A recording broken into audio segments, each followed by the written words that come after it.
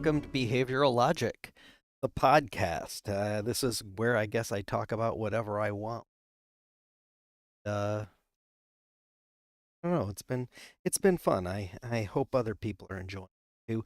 This will be part two of discussion that I started last week. Republic, Book One. We're about halfway through Book One, and I'd like to upfront about my this, which is it sucks. It's stupid. I think Republic is just series. It's a work of rhetoric. It is not a work of actual logic or reason or political science. It is just megalomaniac saying whatever he has to get you to shut up and says. And so far, I that's exactly what I'm seeing. So let us continue. We were about halfway through. Let's get back to it. and and so what's been happening is Thrasymachus is kind of Socrates' foil, and Plato isn't in this. He has Socrates speaking in person, like it's Socrates. Socrates explaining, telling some people about a discussion he had with other people. One of those people, Thrasymachus, and Thrasymachus is kind of arguing Socrates. Socrates, very kind of condescending, uh, unhelpful, and Thrasymachus is really a terrible. He he gets angry, and they use that against him, and just agrees to everything Socrates. Every rhetorical question Socrates says, Thrasymachus is like bobblehead about, and yeah, he's doing a lousy job, but at least there's somebody there fighting the. So let us return to the. When we had got to this point in the argument,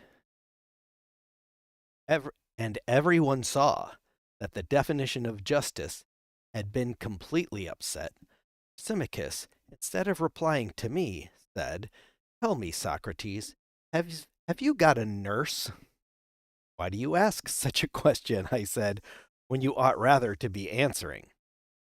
Yeah, allegedly supposed to studying the nature of justice, but right now it's just sort of been petty argument, I guess, like most of us have on or or possibly drunken gathering. It's nice to know over 2,000 years people pretty much act the same. That's that brings us closer together. So here comes Thrasymachus. Uh, Socrates, why do you ask such a question? I got it. Thrasymachus responds, because she leaves you to snivel and never wipes your nose. She has not even taught you to know the shepherd from the sheep. What makes you say that? I replied. I is Socrates. Not me. I would never. No, I would never be an argumentative jerk. What? Um, Back to Thrasymachus's rant. Because you fancy that the shepherd nor nethered fattens or tends the sheep or oxen the view to their own good and not to the good of himself or his master, and you further imagine that the rulers of states, if they are true rulers, never think of their subjects as sheep, and that they are not studying their own advantage day and night. Oh no. So entirely astray are you in your ideas about the just and unjust as not even to know that justice and the just are in realities another good, that is to say, in the interest of the ruler and stronger, and the loss of the subject and the servant, injustice the opposite. For the unjust is lord over the truly simple and just. He is stronger. His subjects do what is for his interest and minister to his happiness, which is very far from being their own. Consider further, most foolish Socrates, that the just is always a loser in comparison with the unjust. First of all, in private contracts, wherever the unjust is the partner of the just, you will find that when the partnership is dissolved, the unjust man always more and the just less. Secondly, in their dealings with the state, when there is an income tax, The just man will pay more and the unjust less on the same amount of income. When there is anything to be received, the one gains nothing and the other much. Observe also what happens. They take an office. There is a man neglecting his affairs and perhaps suffering other losses and getting nothing out of the public because he is just. Moreover, he is hated by his friends and acquaintance for refusing to serve them in unlawful ways. But all this is reversed in the case of the unjust man. I am speaking as before of injustice on a large scale, in which the advantage of the unjust is most apparent, and my meaning will be most clearly seen. Turn to that highest form, which the criminal is the happiest of men, and the sufferers of those who refuse to do injustice are the most miserable, that is to say, tyranny, which by fraud and force takes away the property of others, not little by little, but wholesale, comprehending in one things sacred as well as profane, private and public, for which acts of wrong, if he were detected perpetrating any one of them singly, he would be punished and incur great disgrace. Those who do such wrong in particular cases are called robbers of temples, and man stealers, and burglars, and swindlers. But when a man, besides taking away the money of the citizens, has made slaves of them, then instead of these names of reproach, he is termed happy and blessed, not only by the citizens, but by all who hear of his having achieved the consummation of injustice. For mankind censure injustice, fearing that it may be the victims of it, and not because they shrink from committing it. And thus, as I have shown, Socrates, injustice, when on a sufficient scale, has more strength and freedom and mastery than justice. And as I said at first, justice is in the interest of the stronger, whereas injustice is in a man's own profit. Wow. Wow, okay, I take back what I said about Thrasymachus just a few minutes ago, that he isn't really doing a good job. Damn. Drop the mic, Thrasymachus. You just gave Socrates a huge piece of your mind, and and well done. Very well done. And you know what? Let me back up and compliment Plato, because I think I had maybe accused Plato of writing Thrasymachus as sort of a straw man with very weak arguments so he could be easily defeated by his protagonist, Socrates. But I don't know, that was pretty that was pretty tough. Um Not bad at all. 5 out of 5 stars, would argue again. All right. Let's see what Socrates' retort is now. Thrasymachus, when he had thus spoken, having, like a bathman, deluged our ears with his words, had a mind to go away. Company would not let him. He insisted that he should remain in his position. I myself added my own humble request that he would not leave us. Thrasymachus, I said to him, man, how suggestive are your remarks? Are you going to run away before you have fairly taught or whether they are true or not? The attempt to determine the way of a man's life so small a matter in your eyes, to determine how life may be passed by each one of us greatest advantage? And do I differ from you, he said, as to the importance of the inquiry? Yeah, I kind of not a fan of this. Thrasymachus is trying to now run away like a coward. Yeah, that's not great. While Socrates is all calm and hello, oh please, let us um reason through this. So I guess the good times couldn't last. All right. You appear rather, I replied, to have no care or thought about us, Thrasymachus, whether we live better or worse, from not knowing what you say you know. It is to you a matter of indifference. Prithee, friend, do not keep your knowledge to yourself. We are a large party. Any benefit upon us will be. For my own part, I openly declare that I am not convinced, and that I do not believe in justice to be more justice, even if uncontrolled and allowed to have free play. For, granting that there may be an unjust man who is able to commit injustice by fraud or force, still, this does not convince me of the superior advantage of injustice. There may be others who are in the same predicament. Perhaps we, if so, you and your wisdom should convince us that we are mistaken, preferring justice to injustice. Ah, yeah. Thanks, Socrates. You patronize man. Okay, and how am I to convince you, he said, if you are not already convinced by what I have just said? What more can I do for you? Would you have me put the proof bodily into your souls? Heaven forbid, I said. I would only ask that you be consistent, or if you change, and let there be no exception.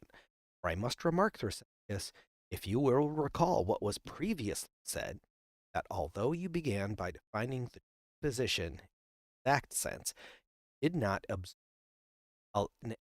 like exactness from when speaking of the shepherd. Thought that the shepherd as shepherd tends the sheep not with a view of their own good, but like a mere diner or banqueter with the pleasures of the table. Or again, as a trader for sale in the market, and not as a shepherd. Yet, surely the art of the shepherd is only good of his subjects. Um, if the good of his subjects are to be slaughtered and eaten, maybe. Let's see, where are we? He has only to provide the best for them. The perfection of his art is already ensured whenever all of the requirements of it are satisfied. That was what I was saying just now about the ruler.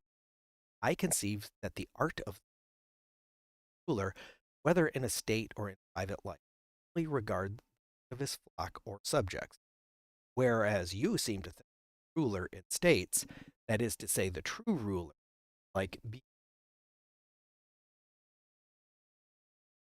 so. I mean, it's interesting here that sort of Plato gives Thrasymachus this wall of text, the largest paragraph we um but Socrates kind of comes back with a lot of these, always asking questions. Is that the Socratic method, just browbeating people with rhetorical questions? I kind of would prefer the wall of text. I like how Thrasymachus is being feels like he's being honest. Socrates really feels like he's um yeah, patronizing, I guess. I think it's not as a ruler, I think sees that set and sort of used breast. But I understand that people are impressed with it. Anyway, think, nay, I am sure of it. Then why in the case of lesser offices then never take them willingly without payment unless under the idea that they govern for the advantage not of themselves but of others? Let me ask you a question. Are not the several arts different by reason of their each having a separate function? And my dear illustrious friend, do say what you think, that we may make a little progress. All right, I want to. So I started laughing there because, oh my God, Socrates is saying, oh, if you're only going to be ruler in order to just have power, um, what is his point? Uh, why in the lesser offices do men never take them willingly without payment? Unless, so he's saying you would only become a bureaucrat if you wanted to help people, which is, oh gosh. So here's the problem. Let's see if I could steelman what he's saying here. He is saying that, and when you're in a lesser office, so you're not the big guy in charge, just a petty, what do they call them in England? A job's worth. Why would somebody want this terrible job? I agree, it sounds awful that they would do it without payment. The only possible reason is that they want to help others. Um, the same way he says are not the several arts different, because he's talked a lot about, well, the doctor wants to be a good doctor. That's the doctor's art. Pilot wants to be a great sailor. That is his function. So of course the low level bureaucrats just they're they just do it for the love of helping others. And I think we all know, well, we knew this before, but I've recently had some firsthand observations of uh, internet moderators on Reddit, on a game I'm playing. There are people who put themselves, there are positions, head mod, where you can in charge. Um, Reddit is run by these uh, volunteers that do not get paid any. And the question I have is this truly the smallest amount of power that could go to somebody's head? It is hard for me to think of a more petty power. It said that absolute absolute power corrupts absolutely. I don't believe that at all. I believe like a speck of power corrupts absolutely. When you see these mods just go mad with the tiniest amount of power, I was just witnessing. So, and I, there are alliances. For some reason, you have to create groups of people. And now you're just like, this is supposed to be a game I enjoy. Now I have to bureaucracy. But there's people, who are plan. Um, and it's this big mess. Oh my God, everyone arguing. They just had just like the leader stepped down. It was so much drama, conflict for and nobody benefited. Nobody at all. So Socrates, I say to you, today I witnessed firsthand exact opposite. A bunch of unpaid internet moderators fighting for power, abusing it, using their power to hurt people that they don't like and help their friends, even if their friends were doing unethical things. I mean, it was a complete disaster, and and like I'm feeling gaslit now by Socrates telling me that, oh, why would Reddit moderators take the position if it wasn't their entire belief that they were going to moderate an amazing subreddit? Like, if you've ever been involved, you know how stupid that is. And I'm sure that it isn't just because of modern social media. I'm sure low level petty bureaucrats have been a thing since time immemorial. Oh, shut up, Socrates. I'm sure Thrasymachus will, will completely fail to argue against him. It is the book we're in. All right, let's get back to, oh, yes. Oh, he can't make a point once. He has to make a point three times and then force you to nod your head and agree with. So he goes, so what did Thrasymachus said? Yes, that is the difference, he replied. So there's one bauble. Art gives us a particular good, not merely a general one. Medicine, for us, health, navigation, safety, sea, and so on. Yes, he said. Force him to shake his head. Art of payment has a special function of pay, but do not confuse this with other arts. Any pilot is to be confused with the art of medicine because the health of the pilot makes the voyage. You would not be inclined to say, would you, that navigation is the art of medicine, at least if we are to adopt your exact use of language. Certainly. Or because a man is in health when he pay, you would not say that the art of payment medicine should not. Nor would you say that medicine is the art of receiving pay because a man takes fees when he is engaged in healing. Certainly not. We have admitted the good of each art is specifically confined to art. Yes. Then, if there be any good which all artists have in common, that is to be attributed to something of which they all have the common use. True, he replied. Wow, this is way really digging in. And when the artist is benefited receiving pay, the advantage is by an additional use of art of pay, which is not the art professed by him. Gave a reluctant assent.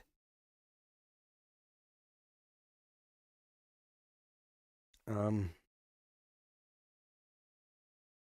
there, didn't miss any. Then the pay is not derived by the several artists from their respective arts, but while the art of medicine gives health and the art of builder builds a house, another art attends them, which is the art of pay. Various arts may be doing benefiting that over which they preside. The artist receives benefit from his art and paid as well? I suppose not. But does he therefore confer benefit for nothing?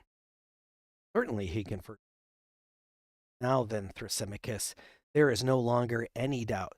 Neither arts nor governments provide for their own interest. I uh, I missed that. Whatever. Let's just keep semicolon. But as we were before saying, they rule and provide for the interests of their subjects, who are the weaker and not the stronger. To their good they attend, and not to the good superior. This is the Semachus why. I was just now saying no one is willing to govern, because no one likes to take in information which are not his concern without remuneration. For in the action of giving his artist does not regain his own, but always that of its subject. Therefore, in order that rulers may be willing to rule, they must be paid in one of three modes of payment: honor, or a penalty, or refusing. This is real heavy as the head that wears the crown. Oh, the burden of power. Nobody would ever want to be in power. That's why they have to be paid so much, because it's such a terrible job. Um, oh my God. So this is I do like this paragraph. I'm trying to remember the future because I said my thesis is that the whole point of this is authoritarian. People in power should be obeyed unquestioningly. Boy, if that paragraph did not say it for no rational reason, I do not see how he connects. Okay. What do you mean, Socrates? Said Glaucon. Oh my gosh, Glaucon's still here. I thought he had fallen asleep in a chair. The first two modes of payment are intelligible enough. But what the penalty is, I do not understand, or how a penalty can be payment. Mean that you do not understand the nature of the best men, inducement to. Of course, you know that ambition and avarice are held to be a disgrace. Very true. For this reason, I said, money and honor have no attraction for them. Good men not wish to be openly demanding payment for governing, so to get the name of hirelings, nor by secretly helping themselves out of the public revenues to get the name of thieves. And not being ambitious, they do not care. Therefore, necessity must be upon them, and they must be induced to serve from the fear of punishment. And this, as I reason, by the forwardness of the office, instead of waiting to be compelled, has been deemed dishonorable. Now, the worst part of the punishment is that he who refuses to rule is liable to be ruled by one who is worse than himself. That's a good point. And the fear of this, as I conceive, induces the good to take office, not because they would, but because they cannot help. Not under the idea that they benefit, enjoy themselves, but as a necessity, and because they are not able to test anyone who is better than themselves, or indeed is good. For there is a reason to think that if a city were composed entirely of good men, then to avoid office would be as much an object of contention as to obtain office is at present. Then we should have plain proof that not meant by nature to guard his own interest, that of his subjects.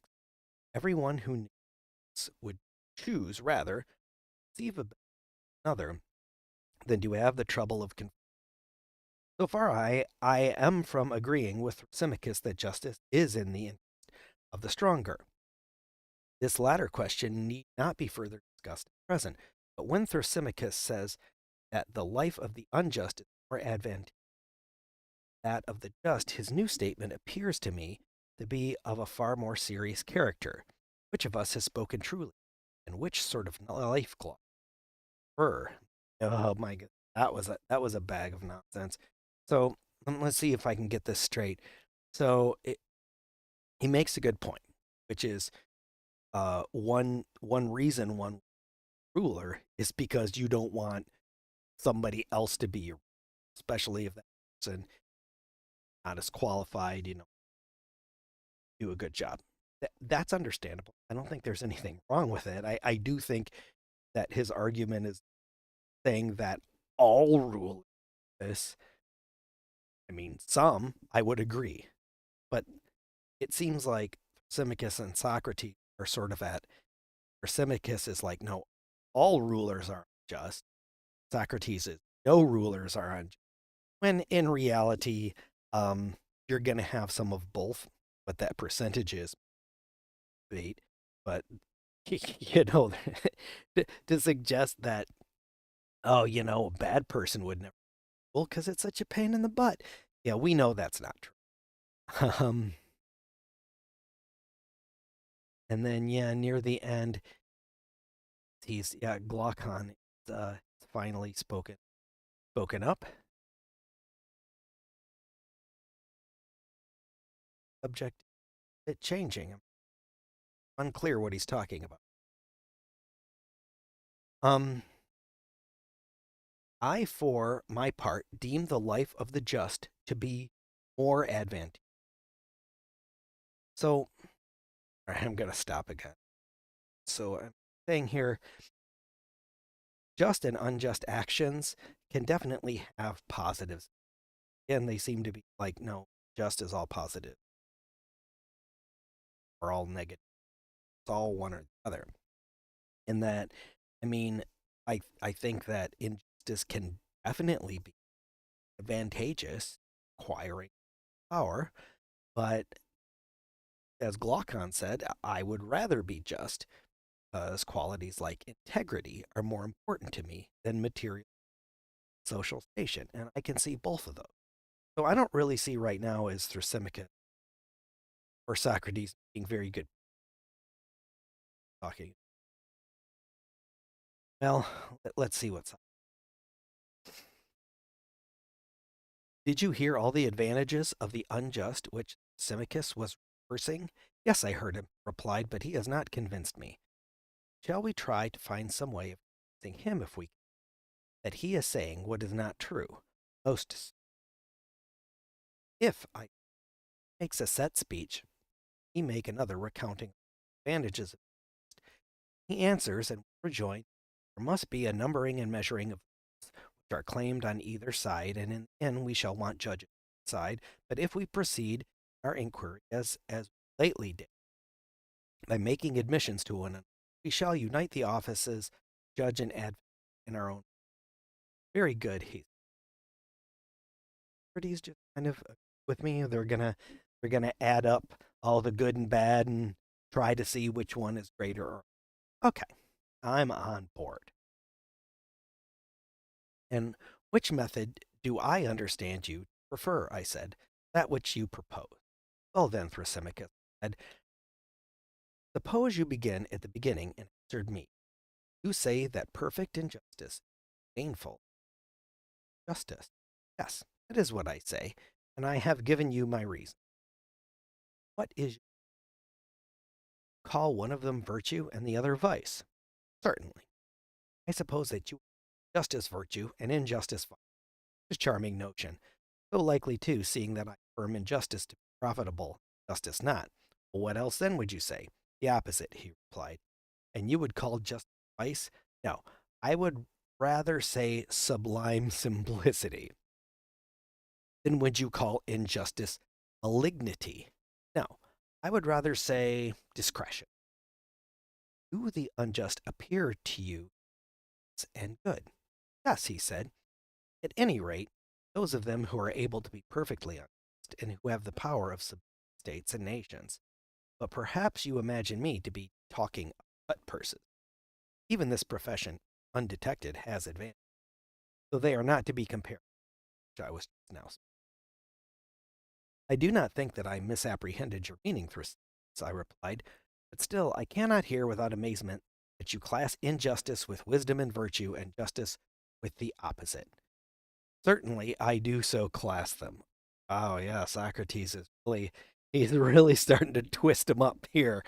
Um, if I were there and I wanted to like as a hint, say maybe bring up there is a difference between the appearance of wisdom and virtue as opposed to actually having wisdom and virtue. But I don't know. Let's see. I think I see Socrates going with this, and it's not a very. Now, I said, you are on more substantial and almost unanswerable. For if the injustice which you are maintaining to be profitable, admitted by you and by others to be vice and deformity, answer might have been given to you principles. Now I perceive. I am still forgetting to glass of water to these. Whoa. All this talking. Ice water time.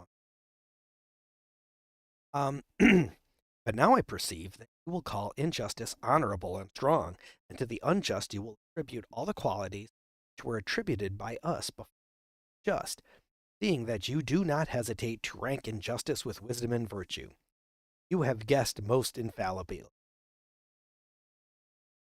Doing to you? Then I certainly ought not to shrink from going through argument so long as I have reason that you, Thrasymachus, are speaking, for I do believe you are now in earnest and are not amusing yourself at expense. That sounds like projection. Um, I may be in earnest or not, but what is it to you? To refute the argument is your business. Very true, I said. That is what I have to do. Will you be so good as to answer yet one more question? Does the man try to gain any advantage over the just? Far otherwise. If he did, not be the simple amusement which he is. Would he try to go beyond just action? He would not. How would he regard the attempt to gain an advantage over the unjust? That be considered by him as just or unjust? He would think it just and would try to gain the advantage, but he would not be able. Whether he would or would not be able, I said, is not to the point. The question is only whether the just man, while refusing to have more than just another man, would wish and claim to have more than the unjust. Yes, he would. And what of the unjust? Does he claim to have more than the just man, do more than is just? Of course he says, for he claims to have all men. And the unjust man strive and struggle to obtain more than the unjust man for action in order that he may have more than all. True. We may put the matter thus, I said. The just does not desire more than his like, but more than his unlike, whereas the unjust desires more than both his like and unlike. Nothing, he said, can be better than that statement. Yeah, that does sound. And the unjust is good and wise, and the just is neither. Good again. And is not the unjust like the wise, good, just unlike him? Of course, he said, he is of a certain nature, is like those who are of a certain nature, he who not. Each of them, I said, is such as his like is. Certainly, he replied. Very good, Thrasymachus said. Now to take the case of the arts. Admit that one man is a musician, not a musician. Yes. Which is wise and which is foolish? Clearly, the musician is wise, and he who is not a musician is foolish. And he is good, and as far as he is wise, and bad as far as he is foolish. Yes. And would you say the same sort of thing of the physician? Yes. I mean, he's Socrates is always bringing up. And in hindsight, that's probably not great because we know what medicine was like back then. Oh my God. I mean, you might be the worst thing you could do is go see a doctor. Those quacks had no idea. But And so, I mean, I think we're comparing a physician, let's say the art of physician to the art of ruler, where they differ, and it never seems to be brought up, is if you don't like your he's sicker or he's charging too much or whatever, you can go get another physician. But if you don't like your ruler, you don't really have any other options. This is not, you have no agency in choosing your ruler. It is imposed upon you.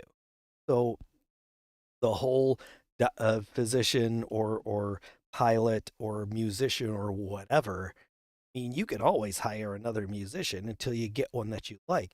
You don't get to scroll through your leaders until you get one you like. You have to just deal with it. So I find that to be one of the ways that the down. So probably not the worst. Um, and do you think, my excellent friend, that a musician, when he adjusts the lyre, would desire or claim to exceed or go beyond a music, tightening and loosening of the string? Do not think that he would, but he would claim to exceed the non-musician, of course. And what would you say of the physician? In prescribing meats and drinks, would you wish to go beyond other physician, beyond the practice of medicine? He would not. But he would wish to go beyond the non-physician. I mean, wouldn't you want to be better than other physicians or musicians? I don't know. This is making sense to me. Okay, well, and about knowledge and ignorance in general, see whether you think that any man, knowledge ever, would wish to have the choice of saying or doing more than another man has knowledge. Would he not rather say or do the same as his like in the same case? That, I suppose, can hardly be denied. What of the ignorant? Would he not desire to have more than either the knowing or the ignorant? Say, and knowing is wise, yes, and the wise is good, true. Then the wise and good will not desire to gain more than his like, but more than his unlike and opposite. Suppose so. Whereas bad and ignorant will desire to gain more than both. Yes. Did we not say, Thrasymachus, that the unjust goes beyond both his like and unlike? Were those not your words? They were. And you also said that the just will not go beyond his like, his unlike. Yes. Then the just is like the wise and good, unjust like the evil and ignorant. That is the inference. Each of them such as his like is. That was it. Then the just has turned out to be wise and good, the unjust evil and ignorant. Symmachus made all these admissions, as I repeat, but with extreme reluctance. It was a hot summer's day, and the perspiration poured from him in torrents. And then I saw what I had never seen before, Symmachus blushing. We were now agreed that justice was virtue and wisdom, and injustice vice and ignorance. I proceeded to another point, destroyed with facts and logic. um, well, I said, Thrasymachus, that matter is now settled. But were we not also saying that injustice had strength? Do you remember? Yes, I remember, he said, but I do not suppose that I approve of what you are saying or have knowing. If, however, I were to answer, you would be quite certain to accuse me of haranguing. Therefore, either permit me to have my say out, or if you would rather ask, do so, and I will answer very good, as they say to storytelling old women, will nod yes and no. Certainly, real opinion. Yes, he said, I will, please you. Since you will not let me speak, what else would you have? Nothing in the world, I said. You are so disposed, I will ask and you shall answer. Proceed. Then I will repeat the question which I asked before, in order that our examination of the relative nature of justice and injustice may be done regularly. Statement was made that injustice is stronger and more powerful than now justice, and identified with virtue, is easily shown to be stronger than injustice. If injustice is ignorance, this can no longer be questioned by anyone. But I want to view better Thrasymachus in a different way. You would not deny that a state may be unjust, unjustly attempting to enslave other states, or may have already enslaved them, and may be holding many of them in subjugation. True, he replied, and I will add that the best and most perfectly unjust state will most likely do so. I know, I said. That was such your position. But what I would further consider is whether the power which is possessed by the superior state can exist or be exercised without justice or only with justice. You are right in your view, and justice is wisdom, that only with justice I am right than without justice. I am delighted, Thrasymachus. See you not only nodding assent and dissent, but making answers which are quite excellent. That is out of civility to you.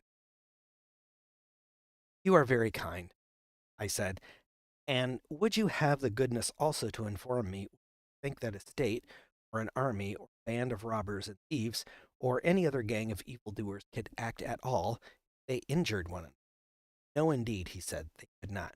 But if they other, they might act together better. Yes, this is because injustice creates divisions and hate. Justice imparts harmony and friendship. Is that not true, Thrasymachus? I agree. I do not wish to quarrel with you. Oh man, he's browbeating Thrasymachus. Just shut up, Socrates. I give up already. How good of you, I said. But I should like to know also whether injustice, having this intensity, this tendency to arouse hatred, wherever existing among slaves or among freemen, will not make them hate one another, set them at variance, and render them incapable of common action. Certainly. Even if injustice be found in two only, will they not quarrel and fight and become enemies to one another to the just? They will. And suppose injustice abiding in a single person, would your wisdom say that she loses, that she let us assume that she retains her power. Yet it is not the power which it exercises such a nature that wherever she takes up her abode, whether city, army, family, or in any other body, that body is, to begin with, rendered incapable of unified action by reason of sedition and distraction. Doesn't it not become and at variance with all that oppose it with the just? Is not the case? Yes. And is not injustice equally fatal, sting in a single person? First place, rendering him capable of action, because he is not at unity with himself, and in the second place, making enemy to himself and the just. Is that not true, Thrasymachus? Okay. Quick aside. I mean, we're again assuming people are either fully just or fully unjust, but it's not. I don't even think that's possible, or even typical for a person uh, to be, to be entirely one and the other. Um, Especially depending on who you are. Oh, you might choose certain people to be just, people to putting it in this oversimplified way, I think is just going to terrible conclusions. And I assume that is where we are going. Let's see, where are we at? Thrasymachus, bobbleheading, yes. And oh, my friend, I said, surely the gods are just. Oh no, he went to religion. Uh-oh. Granted that they are, but if so, the unjust will be the enemy of the gods, and the just will be. Feast away in triumph, and take your fill of the argument. Will not oppose you, lest I should displease the company. Well then, proceed with your answers, and let me have the remainder of the past. For we have already shown that the just are clearly wiser, better, and abler, and that the unjust are incapable of action. Nay, more, that to speak as we did of evil act any time vigorously together is not strictly true. For if they have been perfectly evil, they would have laid hands upon one another. Evident that there must have been some remnant of in them. Fine. There had not been, they would have injured one another as well as their victim. they were but half villains, for had they been whole villains and utterly they would have been utterly incapable. That I believe the truth of not what you said it was, but whether the just have a better and happier life than the unjust is a further question which we also propose to consider. I think that they have, and for the reasons which I have given, but still I should like to further, for no light matter is at stake, nothing less. Rule, proceed. I will proceed by asking a question. Would you not say that a horse some end, horse's end, I should, and the end of you or use of a horse or of anything that which could not be accomplished or not so well accomplished by any other thing? I do not understand, he said. Let me explain. Can you see except with the certainly not. Or hear except with the ear? No. Then these then may be truly said to be ends of the organs. Yeah, they may. You can cut off a vine branch with a dagger or with a chisel, and in many other ways, of course. Yet not so well as with a pruning hook purpose. True. Not say that it's the end of the proof. You may. Then now I think you will have no difficulty understanding my meaning. I ask the question whether the end of anything that which could not be accomplished, not so well accomplished by anything. I understand your meaning, he said, in assent. That to which an end is appointed also has an excellence. Need I again ask whether an eye has an end? It has. Has not the eye an excellence? Yes. The ear has an excellence. True. And is the same thing true for all other things? They have each of them an end and a special excellence. This is like watching a magic show. A good magician, they know how to misdirect. You take what you're doing, you digress, looking over here, and then by the time Socrates finally makes you a point, completely forgotten what you were talking about. Well played, sir. Now he's talking about eyes and ears. Okay, great. Well, and can the eyes fulfill their end if they are wanting their own proper excellence and have a defect instead? How can they, he said, if they are blind and can't see? I mean to say, they have lost their proper excellence, which is sight, but I have not arrived at that. Rather ask them, and only inquire whether the things which fulfill their ends fulfill them by their own proper excellence and fail to fulfill by their own defect. Certainly, he replied. I might say the same of the ears. When deprived of their own proper excellence, they cannot fulfill their end. True. And the same observation I will apply to all other things. I agree. Now, has not the soul an end with nothing else can fulfill? For example, to superintend and command and deliberate in are not these functions proper to the soul? Can they rightly be assigned to no other? Is not life to be reckoned among the soul? Assuredly, he said. And has not the soul an excellence also? Yes. And can she or can she not fulfill her own ends when deprived of that excellence? She cannot. And an evil soul must necessarily be an ruler and superintendent, and the good soul a good ruler. Yes, necessarily. We have admitted that justice is the excellence of the soul, and that injustice the defect of that has been. Then the just soul and the just man will live well, unjust man ill. That is what your argument proves. He who lives well is best and happy, and he who lives ill the reverse of happy. Certainly. Then the just is happy, and the unjust, so be it. But happiness and not misery is profitable. Of course. Then, my blessed Thrasymachus, justice can never be more profitable. Justice. Let this, Socrates said, be your entertainment at the Bendidea. Know what that is? Oh, here we go. Bendidea, this is a religious celebration that they're at. Bendis is a goddess associated Artemis. Okay. For which I am indebted to you, I said, now that you have grown gentle towards me, have left off scolding, more like browbeaten.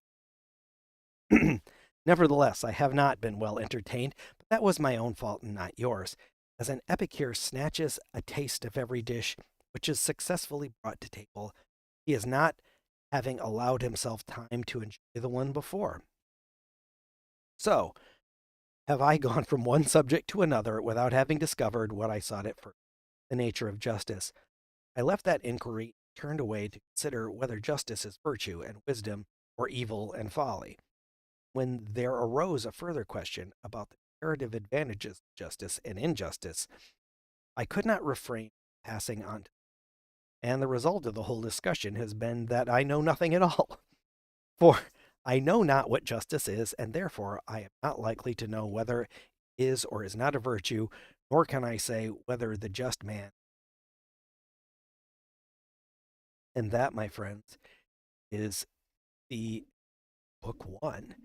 And at least, you know what, I will give Plato slash Socrates some points because, yeah, I clearly they did not figure out what justice is at all. Socrates was all over the place, making kind of weird, deliberately confusing little rhetorical tricks, and he does own up to some of it, and I appreciate.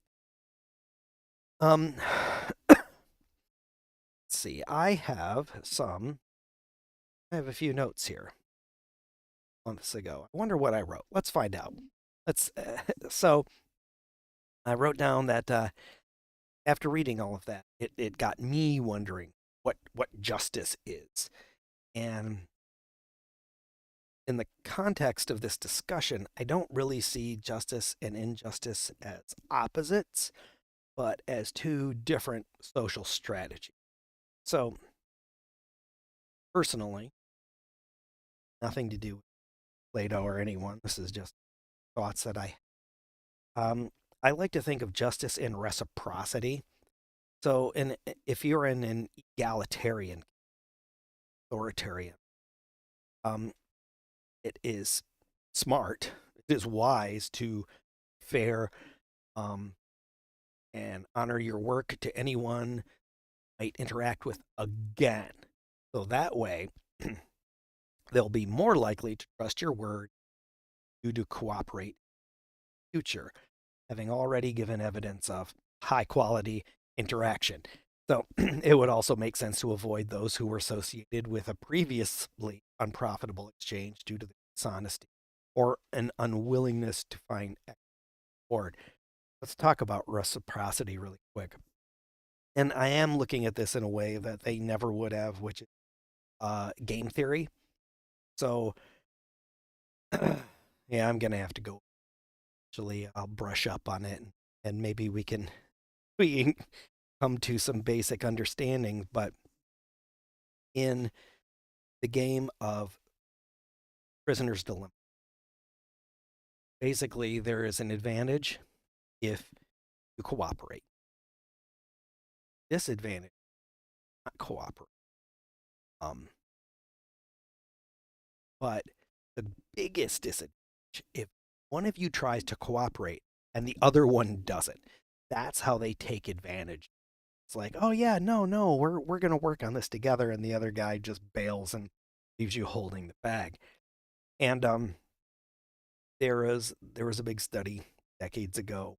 A bunch of people offered strategy in this game. Operate. What is the best? What's the best tactics to win at this game? And it's a very similar to, I would say, a reciprocal relationship. Uh, you help somebody build trust, and then they help you, sort of. What they found was the best strategy was tit for tat. That is, if somebody didn't cooperate with you, whatever they did last, you do to them. So that means I'm not cooperating with you. If somebody does cooperate with you, then when you meet them again, you cooperate again. The key to this is that you know each other, right? you're pretty sure you're never going to see this person again as long as you live, then there's no reason to cooperate. But in a small enough community where you recognize each other, you remember each other, and you have this kind of interaction, treating each other in a positive way is going to help you. But um, the problem is this doesn't work. This all breaks down. This very sort of just, I mean, I would call tit for tat the essence of justice. Treat others the way they have to. But always cooperate first. That is an important thing. Always try to do them. And if they don't want to, well then, okay, fair enough. That is just. They did not cooperate with you. You do not need to cooperate. But when you get in either never going to see the person again, you're in a huge population, where they probably won't even recognize you next time they see you, then the need for justice breaks down and it becomes a lot more sinister. So, also, there's a problem if there's an imbalance of power between players. So if one person is shielded from any consequences of whatever they do, um, and then they have no choice but to deal with that player that could just take as much as they want from you whenever they want without recourse. I mean, the only strategy really then is to just beg for mercy. This is an authoritarian. One person is your ruler, and one person is the subject. I am your ruler. It's not true. So then the whole strategy ends. You can no longer do this tit for tat, this just strategy when in any kind of imbalance of power. So the difference here, I think, is the system, the rules of the system. Where are you? What are the laws like? What are the rulers like? Um, what is the size of the community? And then that can very much. What is it? It's not even dinner time.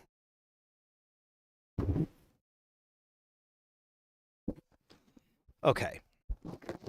Um, and here we don't even take into account um, complex government with justice systems like laws, police, courts. But this is only the first book. I mean, are there eight? Oh my God, there are eight of these things. I think I'm gonna have to end up going through them all, like it or not. And I don't know if I should. Maybe I don't have to go. I could choose to just spare myself, but I don't know. I mean, people don't shut up about Plato. Plato is still so important, and I don't see the point. Maybe the point is going to come up later. Socrates was a bit, um, he was a bit conciliatory near the end, saying that they haven't figured anything out. They've just kind of argued about random stuff for a while. So maybe in other books we'll come across some other stuff. I will dig into it, and I appreciate anybody who is here listening. And until next time, please be sure to care for yourself and make good decisions.